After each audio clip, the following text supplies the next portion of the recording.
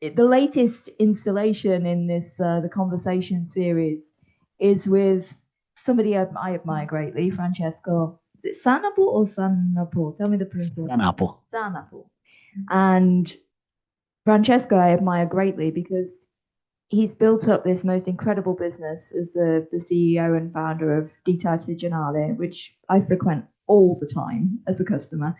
Um, and it all started because of your love of coffee. And from there, you've built up this incredible brand. So maybe if you could tell me let's start by you explaining why you fell so deeply in love with coffee in the first place. What was it? So English, right? Because I need to improve my English.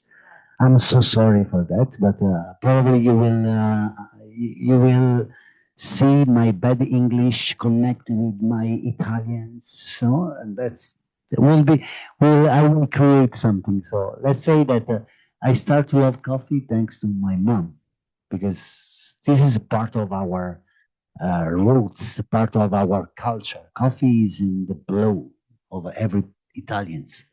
So I still remember my mom every morning preparing the coffee for me to wake up and send to the school. So, but then I also admire my mom love for coffee. So imagine that every time when I came back from the school, she was there with her friends watching the novella on TV and preparing the coffee for all the ladies there. And I was really upset because I didn't understand the value of it.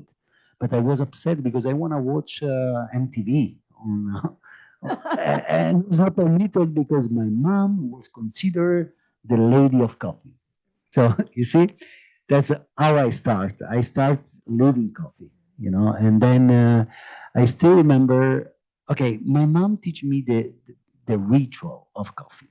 My dad teach me the how to do hospitality because my dad used to work in many different restaurants. Was probably not that focused on coffee, but in general with hospitality.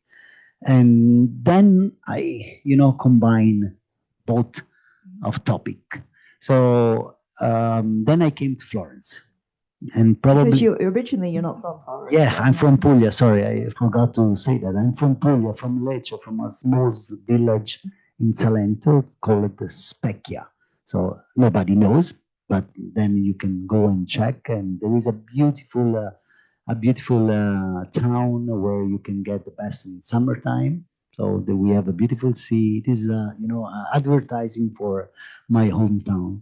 And then yes, came to Florence. I still remember the date, 8 March 2000. La Festa della Donna. Yes. Yeah, 8 March. And I came in Florence. I had my brother here who used to live in Florence. So, and then the only things I know how to do was working in the hospitality sector because my dad, during the summertime, he took me to work with him.